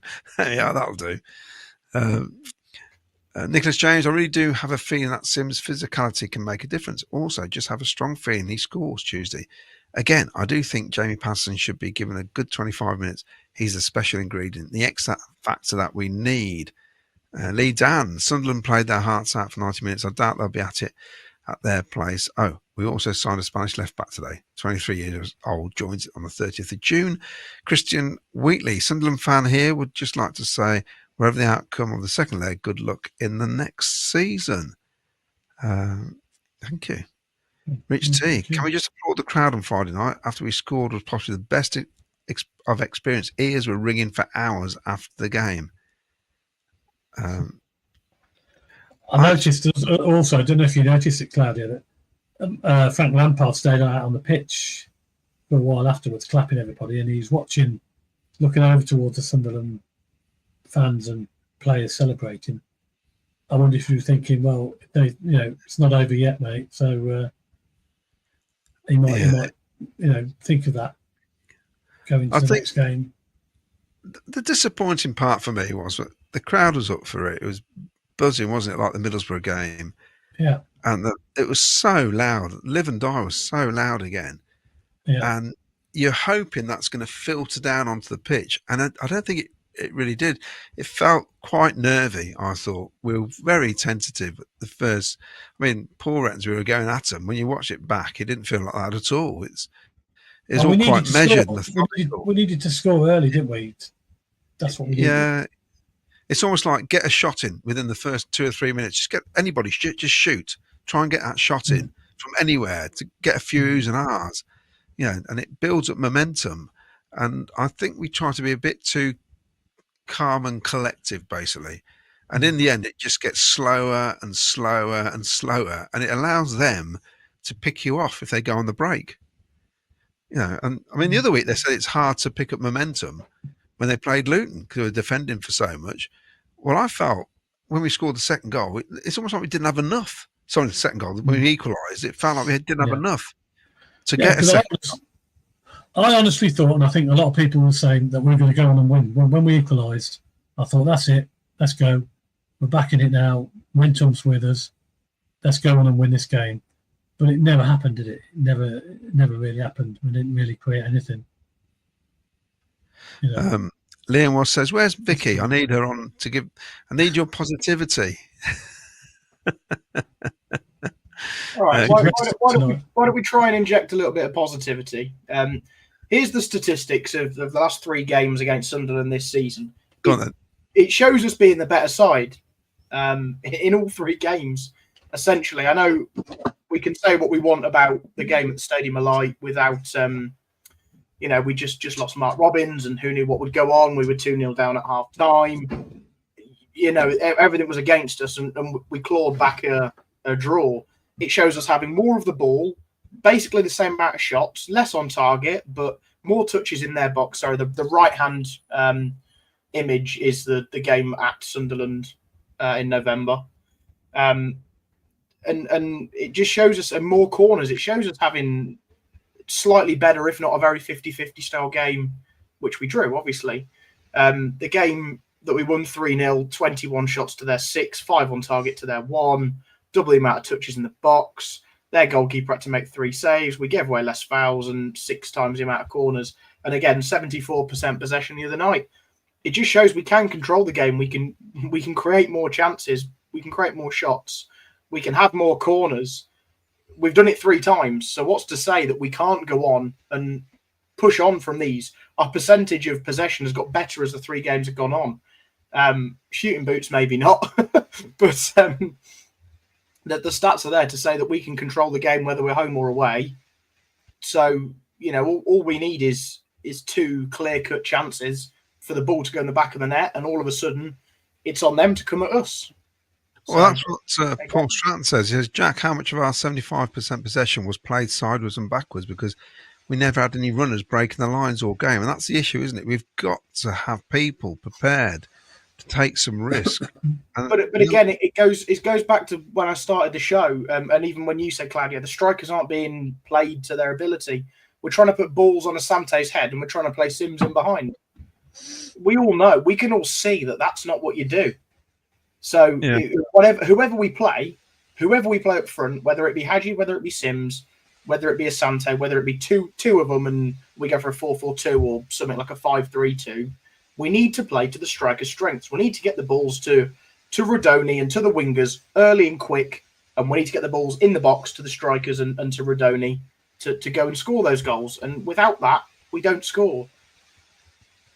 Yeah, well, Scott Beasley says, just didn't agree with BTA up top. He's a power sub, not just good enough to start at the level we play. Stephen Clark, question, does Lampard have a plan B or does he stick with the same formation? Well, it's a good question because I think he's probably going to change it a little bit. Different players on Tuesday night. I think he'll bring back Sims and Mason Clark will start. And I think we've got to attack them a bit more. We've got to get a few more chances because we've got to score. So you're saying drops Hadji right? I wouldn't be surprised. I know he's only had Hadji fit for 2.5 months, but Frank Lampard is yet to drop Hadji Wright. Yeah. He came back and played 2 games off the bench, and he started every game for us since. So almost a little bit like he won't deviate from a 4-3-3. I feel like he just won't drop Hadji. I don't know why. I just feel like he won't. I reckon he'll put Hadji Wright centre forward, EMC out the left. I think that'd be possibly the only change he makes. Yeah, and I from a personal point of view, I think that's our best option because Hadji's goals have come from when he's been between the sticks. 3 against Sunderland as a number 9. I know you can say against Plymouth he was deployed on the wing, but when he scored, it was following a corner, was it? And he was in and around the box area. So he only scores when he's got that chance in the middle. He doesn't drift in from the left-hand side, cut in and bend it in the top corner. So he needs to play as a number 9, personally. And in all honesty, if we had a bare blank sheet of paper, that's possibly the team would all go for. To try and make an impact. But it's difficult, isn't it? Because it depends what they do. Because I'd be amazed if he puts out the same team because he can't do 4-4. You can play 4. If he plays 4-4-2 at home, it should be a surprise because Paul said they rarely play 4-4-2. So he'll probably change a couple of players and go one up top, you see. And probably put more bodies in midfield. I don't know. But I think Hadji Wright will play down the middle and EMC. Come on. He didn't look unfit, did he, when he came on? He looked a threat, I thought. And he just brought a bit of energy that was needed down that side. It just depends how fit he is, doesn't he? I suppose he's been out injured, so is he fit enough to start? I think you've got to take the gamble, haven't you? It's the last game. Yeah. It's the last game of our season. If we don't play Efron and let's say he comes on for the last 20 minutes and looks really dangerous and he might be good, that's not enough. We need him to start. He can't last the game. We have to make that's a change during the game. That's what Lampard's paid to do, but we have to play the best team available. And if Efron's available for an hour, we need to start him. Yeah, you can't. It's not like you're playing a Carabao Cup match, are you? Where you chuck in your weakest team, and you try and save it when you're losing 1-0. We're already losing 1-0. At the end of the day, and we're going away from home where we haven't been particularly great away from home. So, and the annoying thing is, neither have Sunderland been particularly great away from home since Christmas. No, but if you're 1-0 down in a normal match at half time, you've only got 45 minutes left. We're 1-0 down and we've got 90 minutes to put it right. True. So, there's plenty of time. It'd be interesting to know how many games you managed to pull back from being a goal down in a 2-leg affair. Mark Rainbow says, free kicks, corners, no presence in central midfield. We are really missing Torp, aren't we? Apparently, new signing will end up in Portugal, says Wayne Littlewood. Yeah, that's what we're saying. It's always the way, isn't it? We look like we signed somebody. The next thing you know, he's gone somewhere else. Dan, whatever happens on Tuesday with this support, owner, manager, future looks great. True. And at the end of the day, the season has pretty much been saved, hasn't it? Basically. Because I get annoyed when I hear the old cliche, but in November, you'd never have thought we'd be in the playoffs. Well, it's true. We never did, apart from a couple of people. But when you get this far, you want to go a bit further, don't you? It's just only natural. You don't want to lose games, do you? No. But meanwhile, let's all laugh at the Premier League table because I didn't realise how badly Tottenham and Man United were doing. Yet those two muppets of a club could be in the Champions League next season. One of them be in the Champions League next season, and they're finishing the minute 4th and 5th from bottom in the Premier League. It's mental, absolutely crazy. And one of them shouldn't have even had the opportunity to be in the final of the FA Cup last season. That's what's so annoying. That could have been us. Yeah. They've been so poor. So it's a good job the others below them have been worse. Otherwise, it could be more serious, couldn't it? They could have, they've been extremely lucky. You're right, Ken, that the 3 teams who finished in the bottom 3 have been absolutely abysmal for most of the season, to be honest. And the most biggest disappointment, probably Leicester, with some of the players they got. And that dreadful home form. Yeah, because they're probably looking at their games thinking they should have saved themselves. Chris Brook, do you guys reckon we'll spend big on a striker whether we go up or not? The only thing about spending money, what surprised me, we got Frank in January, and it's the fact that we didn't spend really anything, did we? You know what I mean? Not really, in terms of real money. And you kind of think, he was obviously been told, we need to settle this squad, we need to make sure we don't get relegated, and then hopefully do something in the summer. Now, where that money's coming from, I don't know. Are we selling somebody again to get that money in? How are we doing it? Are they hoping for the Gyökeres transfer to actually happen? Maybe Hamer moves for big money somewhere. Does that result in us getting any cash again or something? I don't know how it works, because it's to get a guy in like Frank Lampard. You kind of you may have thought he would have been told, tell you what, get 2 or 3 players in now. Yeah, but Doug was convinced this is a top 6 deck, which, okay, we're finishing the top 6, but that's where he's stopping at, isn't he? He's not really saying we're promotion material. We're just top 6 at the minute. If we do, and it's fantastic that we got this far, obviously, because there's none of us here would have thought this was going to happen in November. You know, no. Me and Jack sat in that meeting, sort of rolling our eyes at each other, weren't we? It was like, what? What's he saying? Yeah. Based on the performances up to November, basically, but it's frustrating. Okay, here's another question. If we do go up, how many of the players that we've got in the squad at the moment do you think will still be good enough to make that step up? Well, right. That can be interpreted in 2 ways. Good enough to make the step up is one, and will we end up keeping them is another question. So it depends where you want to go there, because we'll probably keep more players than we think are good enough to make the step up, because we can't offload and replace. But how many should we keep? 10 at best? I don't know. Yeah, I mean, I think Clive Eakin switched my mic off that time on CWR, and he says, "What do you think we need?" I went 15 players. He went, "All right, move on to the next person." This is true. We need to, if we want to stay in the Premier League, we need to buy about 15 players, and that's we can't afford to do a Luton, for example, can we? They didn't really invest much, did they? Players, they sort of had the same team basically, and it didn't work. They lost them, didn't they? They didn't improve on it. So, they got 2 players in, basically. They didn't invest, and they've lost their parachute payments, by the way, now that they've gone down to League One, haven't they?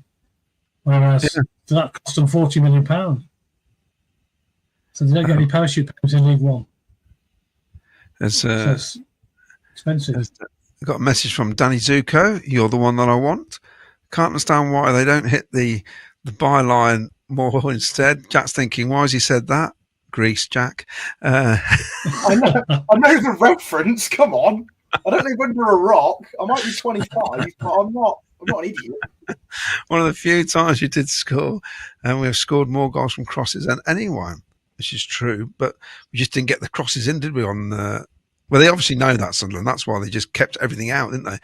And he also says, don't understand why we don't hit the byline more instead of cutting inside 30 yards and passing it, the ball in front of them. One of the few times we scored more from crosses than anyone. Pixel Rich, this is just half time, folks. Looking forward to Tuesday, confident, but got a few nerves too. Should be a great night.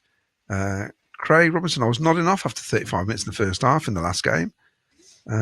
Harry 74, agree with Jack for once. Just like the Middlesbrough game, it's down to just one game where we clearly know we can do it. We need to be more effective and decisive going forward. Alan for Sheaf. Danny Zuko again. Any other team and floating them from a narrow angle is no good. Love the podcast, been watching all season, but never commented before, as usually on Xbox, YouTube. Well, glad to hear your comments, Danny. Malmas, we're not picking yous off Tuesday. We're going to press yous, and yous will make mistakes. Your defence is shocking. Do you not have a Sunderland impression in your locker, Claudia? You've got every other one. Yeah. Dave's Sports Photos. We all agree that BTA was no good as a starter, but where has this idea that he's a powerhouse off the bench come from? Apart from the Borough game, when has that ever happened? Good point. Good point. Cameron De Rossi, Milan used to take shots out from the box. He hasn't done that recently. GMB boxing. When Frank came in, he was asked about his style. Lampard said attack him, but we are still waiting to attack teams. The issue he's got, they're not his players, apart from he's brought Grimes in, hasn't he? And that's not, I don't even think that's a Frank Lampard signing. I think that was identified maybe a year before, maybe 6 months before. That's not, with no disrespect to anything that's gone on, that's not a Frank Lampard signing. Maybe we went to Frank and said, he's on the cards, should we go? And Frank's gone, yeah, absolutely. But he wasn't identified by Frank and Frank's team for sure. That's longer than that. Yeah, and that's the issue, isn't it? We'll see what happens in the summer. Because, I mean, for all we know, we could win 2-0 on Tuesday. We could be going to Wembley, pull off a shock, beat Sheffield United. Or Bristol City might win 4-0 tomorrow at Bramall Lane. That would be a shock. That would be a shock. Even if we didn't go up, that in itself would be satisfying, wouldn't it, really? Yes. See that little gobby... just so annoying. That guy is so annoying. I remember it was a team. Was it Peterborough and somebody the season they turned around 4 goals? 4-0 Sheffield Wednesday.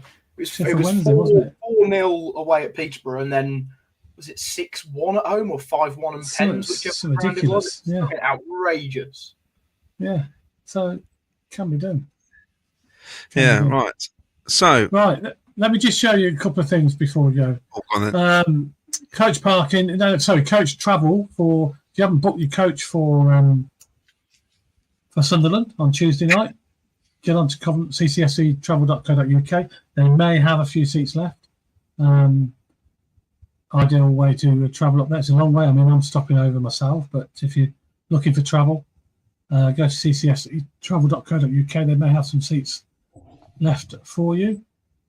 Also, don't forget to vote for your player of the season. This is by email only. ScarberryFansTV@gmail.com is email only, remember, and you've got a chance of winning next season's home or away shirt. We'll keep it open for another couple of weeks yet, so probably towards the end of the month we'll close that, and then we'll we'll get the result to you. But you've got a bit of time to do it. Gives everybody a chance to get their votes in. ScarberryFansTV@gmail.com is the email address. Just vote for your player of the season, please, and you've got a chance to win your home and away shirt for next season, which will be coming out hopefully a bit earlier than the ones came out this season. Also, Keaton's Day. This is a good event to go to. 12th of July. It's now at the Coventryans Rugby Football Club. It's a £1 entry. And it all goes to a good charity and a very good cause.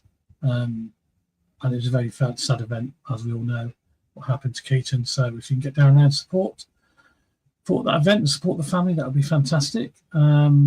Also, Claudio, tell us about this, because this is fantastic. Ted Stocker in the Sky Blue History podcast. I listened to it and it's brilliant. Some of the stories in there is fantastic. Can you give us a little snippet of what he said? Well, I think people need to go and listen to it. I'm not going to give anything away. But he was the former vice chair between 85 to 91. So he was the right-hand man to Poynton, and he was there during the FA Cup, also the sacking of Sillett, which he wasn't there for. So, no, he was there for, but not the appointment of Terry Butcher. He was away. That's worth listening to. And some of the backgrounds, the backroom stuff that went on in those days. Yeah, it's fascinating. It really is fascinating. I was very interested about the Terry Gibson story as well. That was fascinating. You'll have to listen to it. I'm not going to give you much away, but you'll have to listen to it. The one thing I will say, when we've had former players on and people in the background, when it comes to signings and people coming and going, a lot of the time the players had absolutely nothing to do with it. They're virtually being told you go. We don't get to know that as fans, do we? No, we never. We only find out that. Exactly, you're going, and that's it. Basically, whether you like it or not. And in those days, there was no agents involved either. It was basically a phone call from the chairman or the manager saying, "I'm sorry, mate, you're being sold." Oh, thank you very much.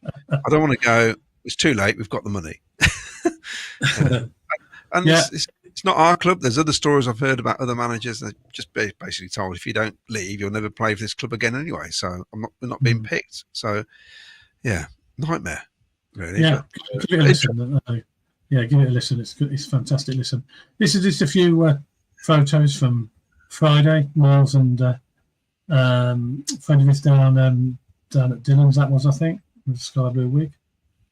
That was what I just showed. Also, yeah, this was the the Sky TV crew just setting up. Now, interesting because Clinton Morrison and I spoke to him briefly, said hello to him and all that, and he said to me, we've still got a chance. We've still got a great chance in the second leg.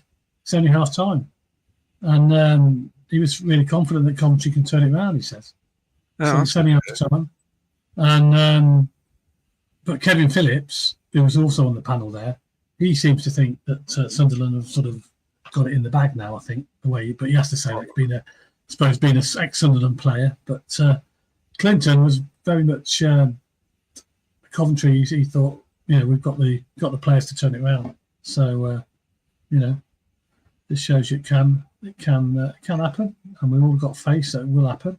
These are just a few of the pictures from. I don't know what everybody else thought. Oh, there's yes, Reach T and Son and Miles. Yes, Miles. I don't know what others thought, but I wasn't impressed with the cigarette lighters they used for the flames across the other side of the pitch from us. What was going on there? They're useless, aren't they? Yeah, they weren't that great. They're rubbish. I thought they'd be like halfway up the stand. They're just pathetic. I expected a little bit more of a show than that, yeah, to be honest. That's Sky, though, isn't it? That's nothing to do with us. They set all that up. So, yeah. Not as good as Wolves away. I think I lost my eyebrows that day. That was hot when those flames went off. Yeah. So, I mean, we've all got to have faith. I think we can all still do it. We've got to go up there with confidence, simple as that. And I'm pretty confident. I really am. I still am. I'm still you don't sound it. Now. Well, no, we're 1-0 down. That's okay, but we've come back from 1-0 down before. Don't forget, Ken's the man that predicted we'd beat Man United 4-3. So I don't know how he pulled that scoreline out of the bag. That's fair play. What did you say, Ken, today? 2-0, you said? I said 2-0. I'm still sticking with that. Yeah, 2-0. I think we'll score quite early and quite late to kill it off. That'll do. And it'll be celebrating like they were on Tuesday night. So. That coach ride home is either going to be party or everyone asleep. Yeah. Well, I'll be glad I'll be in my bed before you will, whatever happens, because I'm stopping over. To be honest, Jack, I'll be asleep by the time we get to the end of the road as we leave Warwick. On the way up there. Yes. It takes about 10 minutes. I'm asleep. Ian Small says, evening all, a lack of teeth up front cost us fatally. Silly errors haunt us. A micro chasm of our season. Busy summer, Frank, I suspect will be brutal.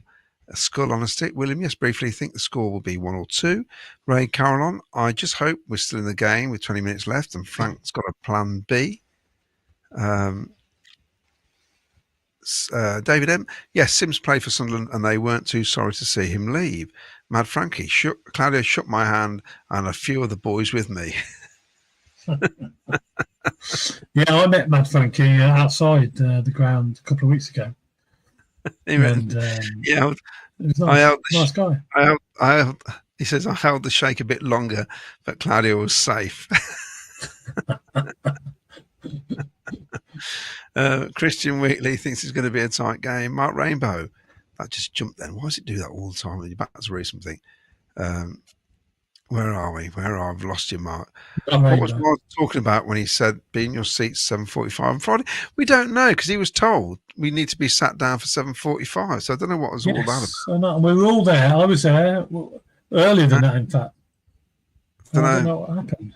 So maybe got lost in translation or something. Big girls really do cry. William Sims did play for us on loan 22-23.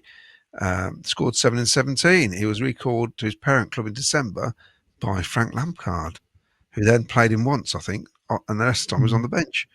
Wayne Ghost taking a leaf out of Hull's book with the fire, not as impressive though. It was poor, wasn't it? Christian Wheatley's gone for 1-1. Ian Harris, we were 3-0 up, 3-0 against United, so yeah, it's true. Mark Rainbow, when has those cigarette lighters looked good? Although it was under the banner when the flames were going, not sure that was a good idea. Flames next to that banner. True. Can you imagine that? Oh no.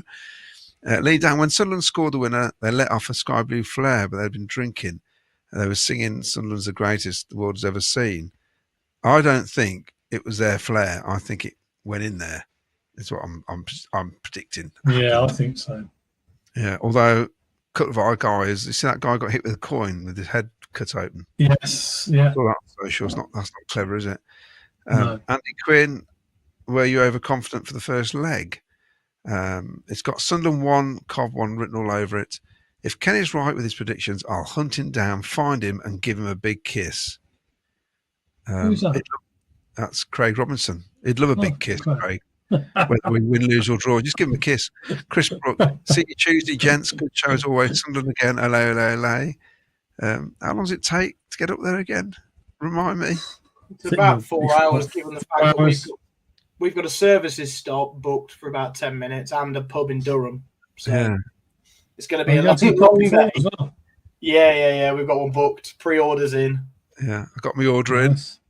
Steak and ale pie. Well, we're driving up. We're leaving about 1 o'clock, and we'll stop somewhere on the way up, and then get up there nice and early. Sunderland. Wayne Go says Sunderland will defend hard. It will get an early goal, and all bets are off. Alison Berry said we could feel the heat under the banner. Mad Frankie, 2-0 to us. I've bribed the Tadpole geezer to play Jimmy Nail. Ain't no doubt about it. Mad Frankie agrees with me, 2-0. Depends on traffic, 5.5 hours by the time you get there. I hope not. Yeah, we're leaving 1 o'clock. We should be in Durham for what time, do you reckon? 5-ish, just gone 5. Yeah, so we do spend an hour and a half there, don't we? Or something like that. If we get traffic like we did to Sheffield, we could be struggling, but yeah, you never know. yeah. We can actually do all right Of course. I'll just read a couple more of these comments.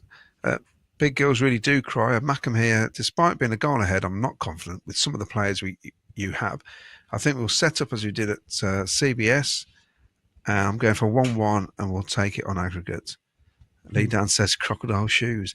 Mark Light, Sunderland were average and unfortunately we gifted them a win. Would they really have scored more than one goal without our help? Pixel Rich. Enjoy your show, lads. We've been watching most of the season. See you Tuesday. I'm the lad in the red and white shirt. Oh, yes, right. Oh, there's only one of them. Oh, that'll be easy then. Only one. Dave Sports Photos. Was it a Sunderland fan who threw the coin? I just don't think a 1p coin would do that much damage. I don't know. I think it came from the Sunderland end. It was a Coventry fan that had the injury. There's no need for anything like that. That's it then, chaps. Possibly one game left of the season. Hopefully more than one. We head up to the northeast, full of joy, full of hope, but we're trailing by 2-1. But chin up, we can do it. I'm quite confident we can do it. I really am. I really think we're going to go up there and it's going to be another Notts County away day like we enjoyed all them years ago at Meadow Lane. And, football's a funny game and it's never over till the fat lady sings, as they say, Claudia. Is it? Why did you mention me, though, when you said fat lady? Why was it hoping you're going to do an impression. Get your Susan Boyle impression out. Of Maria Callas or something like that. Yeah, I think you're right, Ken. It was do or die now, isn't it? And I'm on CWR on Friday. So I'm hoping it's either going to be a talk about Wembley or it's going to be a review of the season, isn't it? So yeah, just another little thought. We have got a Premiership referee apparently on Tuesday. Madley, I believe, is the referee. So he's a Premiership referee. So hopefully we'll have a decent game and maybe we get a few decent decisions for a change. We could do with some. We'll see. I think it's down to the players now. They've got 90 minutes and maybe 120 minutes, and then maybe penalties to get us to Wembley. Yeah, we all know what penalties are like, don't we? Yeah, we've been through it before. So, 3 seasons in a row. That's just incredible. And let's think about this. 3 seasons in a row. That is incredible as a Cov fan. It's incredible when you think about it, yeah. As any fan. You know what I mean? The youngsters, I mean, us older ones, we had to wait for a long time to get there into 1987, didn't we? Yeah. It was a long time. And now these youngsters are going to Wembley, like, expecting it every season. And yeah, so it's so much joy at Wembley, which is great, but we had to wait a long time beforehand for our first visit. And I was looking at some of the old playoff results, and there's not 2 or 3 teams have had to suffer it a couple of times before they got promoted. The disappointment, and this, like Brentford did, Fulham, I think, in the past as well. There's other clubs who have had to suffer it. Sheffield United have never been promoted via the playoffs. This will be the first time if they do it this time. They've either got promoted 1 or 2, basically, or 1, 2 or 3, but never during the playoffs. So, so sometimes you have to endure the pain, don't you? It makes you stronger. So hopefully that can happen. Yeah, you're right. You've got to be positive. Got to be positive. We're in with a chance. It's men against men. They're only human. And they're not will beaters. Far from it. They've proved that in the last couple of months. They're not will beaters. Exactly. They've been beat at home by very mediocre teams, should we say? So Frank will be pointing that out, and they'll be telling them, it is only half time. We are only 1 goal behind, and we've got 90 minutes to put it right. Simple as that. So we'll leave it there, then, shall we, chaps? Yeah. Yep. And play up Sky Blues. A massive play up Sky Blues, and we'll see you all Tuesday night at the Stadium of Light. Good night. That rhymes. You're a poet. You didn't know it.